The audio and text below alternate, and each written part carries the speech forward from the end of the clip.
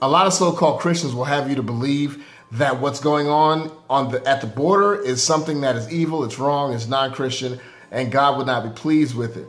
They would want you to think that we as America are being evil and wrong and mean, and we're hurting these people, placing the blame squarely on the shoulders of America, not letting people in.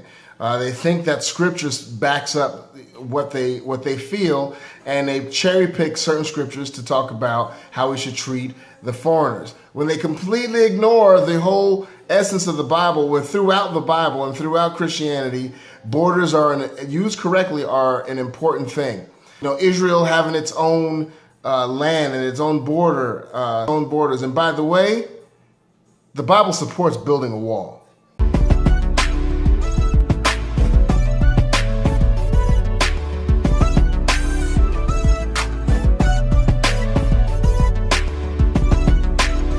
What's going on, everybody? It's me, Quam Teasy, with the Christocrats and the Red Pill Reality, here with another video for you guys, just to kind of shed some light on how we probably should be thinking about these things that are affecting us. We as believers should not be hiding and sticking our head in the sand about things that are political, that are going on, and we should be able to have the godly opinion and be bold enough to speak it out. And we're the only ones that can bring life and light to a dark world.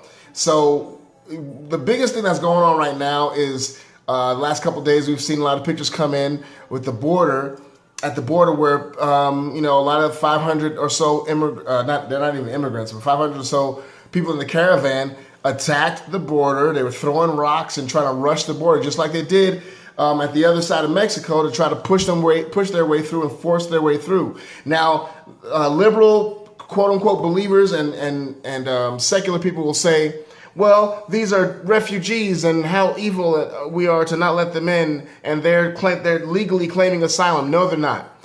When they violently try to push their way through and throw rocks, then they forfeit their right at the moment to claim asylum. They're not claiming asylum, they're trying to force their way through, and they become criminals.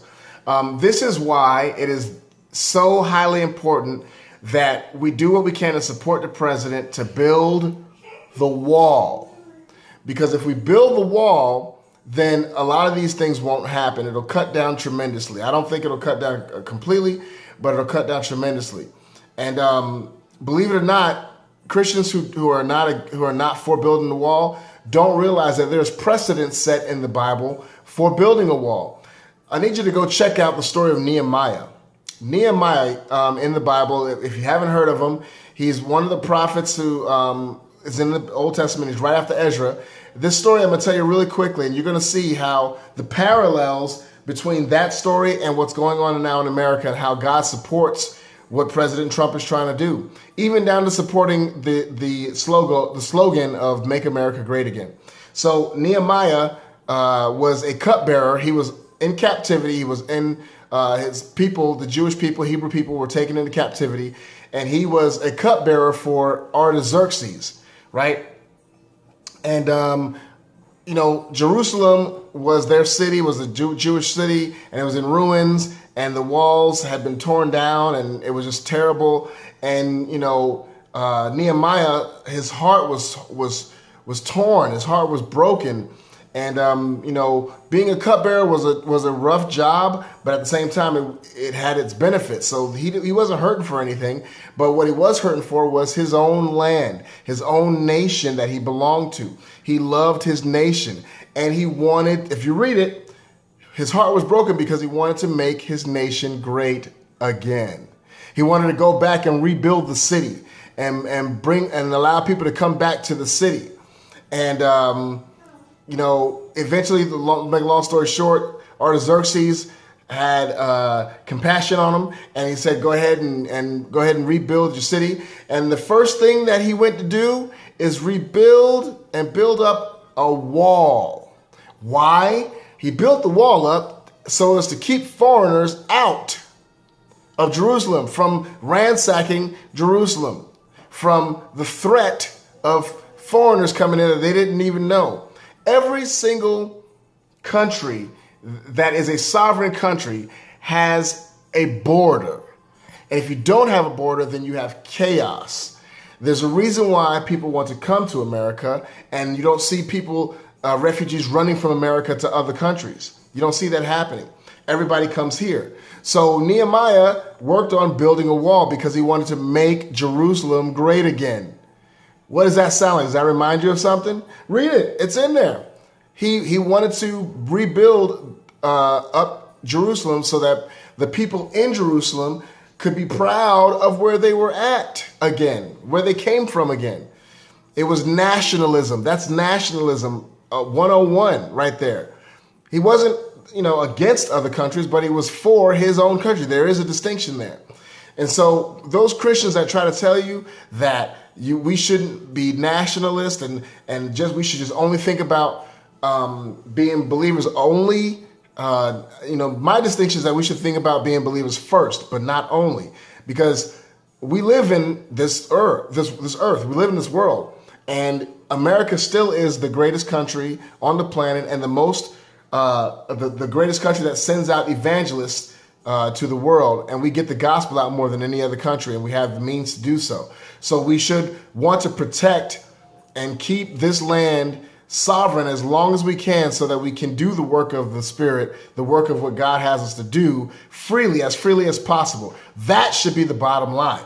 So Nehemiah builds the wall up, and he has detractors, has people that are trying to stop him, that don't want him to build the wall up, that try to stop him at every chance. And they, try to get him, and he gets people behind him to help him. And the Bible talks about how he had a mind to work. He had people that had a mind to work, that they had a trowel in one hand to, build the wall, and a weapon in the other hand.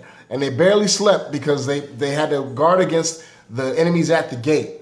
And I would want to tell you that as a believer, you need to do the same thing. You need to be able to build up your walls, your boundaries against the attacks of the enemy. You need to have a mind to work, a mind to do what it is that you are called to do on this planet, on this earth, while the time is here, while the day is still at hand. Because, you and I both know there's a lot of darkness out here. So I'm encouraging you to build up your walls, build up your defenses against the enemy, against liberal, progressive thought that tries to creep in on every side. And you know what those walls are made up of? What the mortar and the brick of the walls around your ideology and your heart and your spirit are made up of? It's made up of truth, made up of faith, made up of your family, what you know to be true, what's right and wrong. Build those walls up and be ready to fight. You have to have a mind to work, and then you will be able to make, we'll not only be on a journey to make America great again, but we will make the church great again, to where the church will be able to be effective as it's supposed to be. Not running away from politics, but finding out what God says about these things and implementing God's word about it. So there's precedent for building a wall. So we need to build that wall in the physical and let that be a type and shadow of what we need to do spiritually. Build the wall. We can make America great again. We can, and in turn, we can make the church great again. We can make ourselves great again for the glory and the promotion of the gospel. That's right. My son over there is agreeing with me. So that's all I got to say about that. I want you to know, like I said, when someone tries to tell you that it's unbiblical and it's wrong and it's evil, remember Nehemiah. Remember Nehemiah. And by the way, heaven has a gate. You can't just get in it. There will be no illegal immigrants in heaven. There will be, you can only get in one way. And if you don't go the way that you're supposed to go, you're not going to get in. That's what Christians believe. That is a border.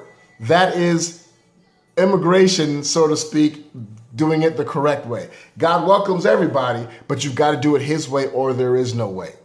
So if you like the content, if you like what we're saying, you kind of enjoy our videos, go ahead and hit the like button, subscribe button, hit that notifications bell so that you can know whenever I put up new videos. We're going to be doing things more frequently. I've been very busy the last couple of weeks. Once again, I promise. I've been telling y'all about some announcements that I got coming up, but I got some really awesome stuff coming. Our channel is about to go to another level very soon here. And we appreciate y'all. We love y'all. Remember that we are to love God and hate sin, and that we are neither left nor right, but up.